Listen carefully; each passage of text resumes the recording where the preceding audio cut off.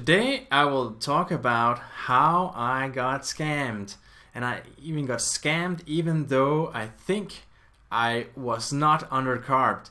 So this is quite interesting. So I'll talk about, first I'll talk about how and why and the things that did that it came to the point that I got scammed, and then I'll talk about how you can avoid getting scammed in different areas, and I'll also talk about what I did afterwards to check if you could do some extra things to not get scammed. Well, let's start at this Danish website called dba.dk. It's short for the blue paper, den blå avis. And in the old days when I was young, it was a paper when you could look up used stuff being sold by other people. So it was consumer to consumer only. Now it's companies that are trying to sell to consumers, and yeah, so consumer to consumer. And it's recently, I don't know, maybe a couple of years ago, bought by eBay, and it's a great website where you can sell your old stuff and buy used stuff. So I actually sell quite a lot on DBA myself and really appreciate the website. Recently I needed to buy a used phone because of switching jobs and stuff like that, so I needed to give back my work phone and needed to get my own phone. So I went into the blue paper here, dba.dk, and I searched for Samsung something Galaxy. And I found a decent... what I did, I just had a lot of different... there was a lot of phones, and I bid on them on the different phones, and suddenly and you get answers, and you go back and forth and try to negotiate the best price. And what happened here was that this guy starts to answer, and I say, okay, what about this price? Yeah. And he quite quickly said, okay, it was okay to that. The price was no big deal. So he did not negotiate it. He did not negotiate at all, almost. So that was a bit strange, I thought, because normally people say, I need a bit more, but this guy, he didn't negotiate at all, almost. He wrote that he had a receipt on the phone, and I asked him if he could send me a scanned picture of the receipt, and he sent me a screenshot of from his mail where he had the receipt, and the only thing that was missing was the date of when he bought that.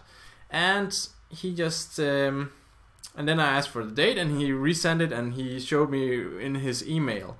All his information is in his email, like his birth date and stuff like that. So okay, this is pretty sane. He probably just needs to sell this phone quickly, and I need a phone quickly, so I trust people. So it was just, okay, cool, let's do this. I checked him. I did a couple of things. He sent me his phone number. I didn't call him. That was that was not. In this case, I don't think it would matter. But anyway, you should always call people. And the other thing was, I didn't check the phone number. I'll just show you what happens when you check phone numbers and they don't exist. The phone number was there. His email was there. And the strange thing was that his name was like a short in Gmail. He used a Gmail, so it was like only his first letter and the 2 letters of his middle and last name. So he didn't use his real name at any time, but it's quite easy to find it anyway on the internet. So what happens is that we say, okay, we agree on the price, and I ask him if he wants to send it with a service called Cool Runner, because they are cheaper than the dba.dk use. But he said, okay, we can say that you only pay the price that is from Cool Runner, but he will send with dba.dk anyway, because that's what he normally uses, but he will pay the difference. Okay, so okay, he just needs to get rid of that phone. So okay, that was a bit strange, because normally people say, I was ready to say, okay, I can just pay the difference. If you don't want to use any other service than the dba.dk one, then it's okay with me. But anyway, so we say, okay, and what happens? I have done this, I don't know, 40, 50 times with myself. People, when they buy something, they transfer the amount to the salesperson before it gets sent. That's normal procedure. That's normally what you do when you shop online, and also consumer to consumer.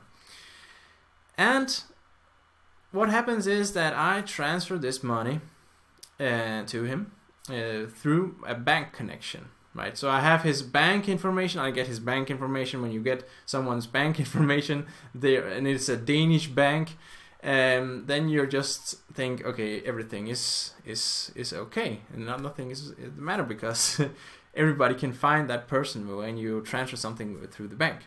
And he says that he will send me the GLS package number when he sends it tomorrow, the day after, and I don't hear from him the day after. That's pretty strange, I guess. But I think, okay, he has probably forgotten it, so the day after again. Normally I just trust people. Stupid me, right? Then I try to email him and call him and begin to just suspect that something is wrong, and send a message on SMS and also on his voicemail. Everything. So, and multiple times through email also, so, and nothing happens. Then I decide to contact DBA and ask if oh, and I just remembered, when I agreed to buy the phone, I wish that please just delete it, because this is almost too good to be true, because he didn't negotiate. So this was a okay price for a phone, and I didn't even think about that. It's I didn't think it was stolen, because he had the receipt. So that was, and it was in his name and everything, so that was cool. I really hope that he deletes the ad from DBA, so nobody else will just give him a better price or something like that. And then he writes to me, okay, he will delete it if we are okay with, and then he deletes it from DBA. Okay, so when I need to just find it again, I can't, but I have in my mailbox, I have the link to the deleted ad, and I send it to the DBA support team, and I ask, okay, this user blah blah blah blah, can you confirm that it's okay with this user? And then they answer and say that this user has been deleted from their system because of the suspicion of fraud or scam. So he was deleted from DBA, and then I say okay, and they wrote to me that I should go to the police. You should go to the police and report it. I just go in and explain everything what has happened, and ask why does anyone do that when we have his bank information, we have his name and everything. Why do people do that? And the policeman said, okay, because those people don't care, and they don't care about the consequences of what happens, because they can scam more people than the consequences. So that was really a strange message to get from the police, that these people are just doing this. So I'm not saying, I think people like that need to get help, and I'm not angry with them, because I believe that they are doing that because of they don't have the opportunities that many other people have, and they should really get some real professional help. But this guy, he was known by the police, he was known by the bank I have transferred the money to, and guess what? His bank account was open to receive money, even though he was known by the police and known by the bank. That is pretty fucked up. The system doesn't work here. So DBA can't do anything about this, because I'll get back to what DBA, which service they should have for the users. I also come into what they do otherwise. But the thing is that this bank knew that this is a criminal because the police had already contacted them beforehand and said that they should just wait for the case to be resolved. And in the meantime, this criminal that needs help is able to scam people on the internet. And that's just mind-blowing. So the bank is I don't like to mention any names of which bank that is. So it's just really strange that a bank can even think about not just blocking the account for when they are contacted by police. So they can just say, okay, this is a scumbag, but just as if we need money, maybe he owes the bank some money, and they just say, okay, cool, there's money in the bank, and he can pay his debt or something like that. So he's just like, they're just cooperating. There's the bank and the scumbag, and they're just like scamming all people. I don't know. Maybe that's the case, but whatever. So this is just blew my mind, and I may never see my money again, but the thing you do is just to wait for the police to contact you when the case is resolved, and if he has some money, you'll maybe get your money back. But as the policeman told me, if he does that 1,000 times a day and gets all that money into that bank then and use it for drugs or whatever instead of getting help, then I'll never see my money again. So it was around I don't know, 95 euros, and that was a shame, but life goes on, and you say, okay, that was not so fun and not so good, but you need to just go and think about other things. And the thing is that what they should do with this guy is that this guy should get professional help. He should be somewhere. He will go to prison. That's probably what happens if they don't have the money. So when he goes to prison, he should get vegan food, high carb, whole plants, and it should be just like very simple. It's like $2 a day. You can look up during doing that, but whoever, or $3, whatever, just cheap, like rice and things, and he should just get energy, and he should get his blood levels checked to see what kinds of things he's missing. Maybe B12, maybe vitamin D and stuff like that. And this guy should get his life going, and he should be able to work at the same time as he goes on this vegan diet. And when he goes on this vegan diet, he will then receive a lot of energy, and maybe he will understand that the things he's doing is not the best for himself and for society, blah blah blah blah.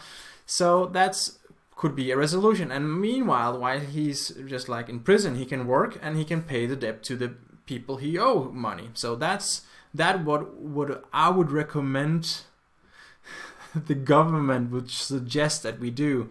And no smoking, no drinking, no caffeinated drinks, just water and plant foods, okay? And very cheap. So water is very cheap, and plant foods are very cheap, and that is the only thing he may get. He can have access to the internet and stuff like that. I don't care. The thing is that people that have done these things, they need to like be transferred to real life again, and they can't be just like go and do things that they enjoy in prison, right? So no smoking, no drugs at all, no alcohol, nothing, no coffee, no Coca-Cola, no tea, water. Okay, I do perfectly fine on water, and so can they, right? They just need to, if they're really like addicted to alcohol and smoking, then they need to get doctor's care, because it can be pretty nasty if they get those attacks that they can get if they are removed from the drugs suddenly. So that is my suggestion for this person who did this, who scammed me. And what I suggest for DBA, and DBA suggests things I found out, and I'll just talk briefly about what DBA says about doing what you should look for when buying things online. The first thing you should look for is that something that the salesperson has a NemID, so it's an easy ID, which is something we have in Denmark that can identify a person. And I would also agree to that, because people that use this type of are identified are probably less likely to be criminals. But in this case it wouldn't help anything, because everybody knows his identity. So the NemID, but in the future I will always only buy, if I need to buy something that is sent by post, then it's I will look for a NemID. And the other thing is that you can use something called PayPal. Everybody knows PayPal. It's an online money bank transfer thing, and they have security. So you pay, like, I don't remember, 3% of the buying price, and you get this PayPal buyer protection. But there are two conditions must be in place. You need to transfer the amount in one payment, and the second one is that it must be a physical item, and it must be have been delivered by post or a delivery company in Denmark. If you receive the item and the item is destroyed, or if it's not the same as the description from the salesperson, PayPal will help you get your money back. But the thing is here, PayPal and DBA, I never this physical item was never sent. So I did transfer the money, but I didn't use PayPal. But even though if I would use that in the future, and there was a scammer out there, then he could just not send it, and then PayPal will probably not help me at all. So that is a bit strange, but it's probably better than nothing, right? So what do we have? So we have NemID and PayPal, and the last thing I forgot to mention was let us look a bit deeper into the phone number. I received a phone number, and what you can do is you can look up that phone number. I'll just take 1 2 3 4 5 6 blah blah blah blah on this website called Krak, which is the database of people. And if this is a normal phone number, let's take mine, you will find it here. And if there is some information that stems with the person you're trying to contact, then it's probably better. But what happened when I did that, but I just did it afterwards, is that there was no result. And when there is no result, the Krak page states that it might be like a pay card, a payment SIM card that you just buy somewhere. So it's just a temporary phone number, and you can't use that for anything to identify. And I actually asked if I could pay with something called mobile pay, and the guy said, no, I don't trust mobile pay because blah blah blah blah, I only trust banks. But the thing is that mobile pay is a part of the bank system, so that shouldn't be an excuse. What you need to do, look at the NemID, PayPal, and pay with mobile pay, because then you know that the phone number is the real number, because you transfer it from your phone number to that phone number, and then you have and if the phone number of the salesperson is real and they have it registered with mobile pay, then they're likely to be more valid. So mobile pay, NemID, PayPal. Well, okay, this is just a random user. I don't know this guy. I just clicked on one, and what you can see is that you can look at the profile, and a good thing is that if they have a lot of different other things to sell, and if they have been a user for a very long time. And actually the user I bought from, or got scammed, I tried to buy from, got scammed. He had created his user account in 2015 or something like that. He didn't have many other. I think he had a couple of. I checked the user also because I thought, okay, maybe blah blah blah. He's a new user. Okay, that's not a big deal. It is a big deal. If the user is not very old, could be a scammer, so be aware of that. Scammers are probably in places that no people live in. It's easier for them to send it or say that you need to send it because people won't drive that long to buy a thing for 90 euros. What I thought about is that you can start to say, if you want to buy something, you say, okay, can I pick it up? Or the salesperson says, no, you can't pick it up, or doesn't answer. Then it's probably because they are scammers and they are waiting for people to ask if they can transfer the money and could be sent them. So always ask if you can pick up the item. That would be my bonus tip for today, I guess, just to say, oh, can I come and pick it up? And then you can always say, my car broke down, and could you send it to me if you have negotiated the price or something like that. So that's the tips I can give you now. So just to summarize, check the user, check the phone number, pay with mobile pay or PayPal, and use NemID, or the user should be NemID verified. Ask if you can go and pick up the item.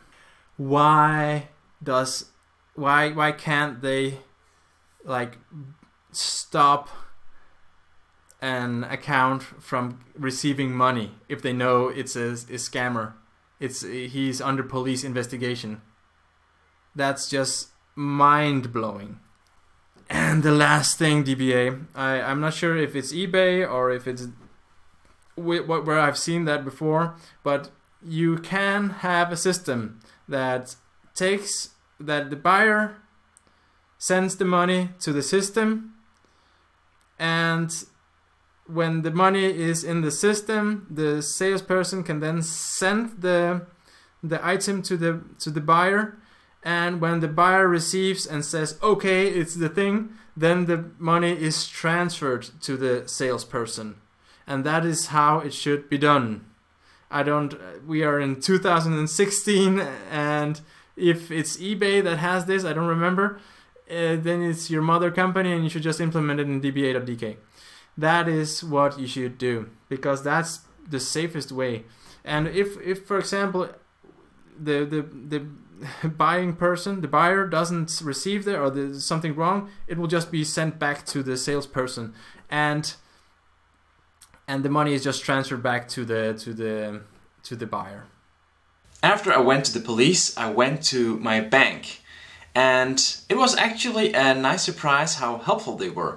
If you go in and say, I was scammed, they took all my money, and then, oh, what's happening? And they're just like, ooh, it's interesting. But anyway, they said that they can't do anything because I should contact the bank I transferred the money to. Normally you can't take back money you have transferred to another person. That's just how it is with money.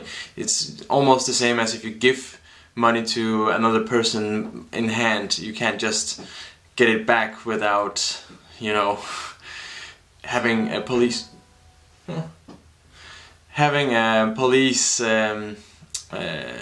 something, a court something.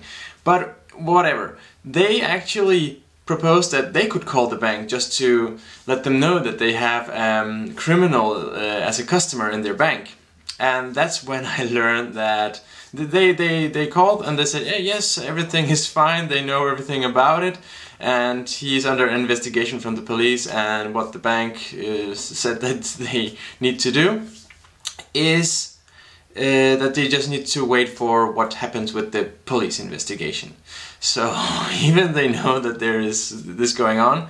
So just for fun, I called that bank and I pretended that I was just a random person and that I just bought something on the DBA and just wanted to check if that account was okay so I could transfer the money to that person. And I told them what the name of that person was and the birth date of the person, and they just said, yes, everything is fine, you can just transfer the money. And I was just like,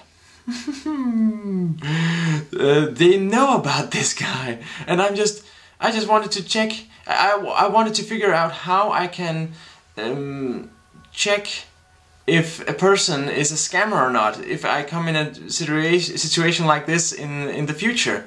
And I can even call the bank, and then they won't tell me that it's a scammer and that the person is under police investigation. So I don't know, that guy must have a huge debt to that bank, and the bank just say, okay, just put in more money, you're losing them, but we know about it and we can't tell you because that's private. They could block the account or something. When an account is deleted, what happens if I try to transfer some money to that? The transfer will go through. So they could do something similar. This is just bad karma, bad practice. I don't know why that can even happen. I'm a criminal. What do? I go on DBA, create some fake account, and I use my bank to collect the money because they just say it's okay. Jesus Christ.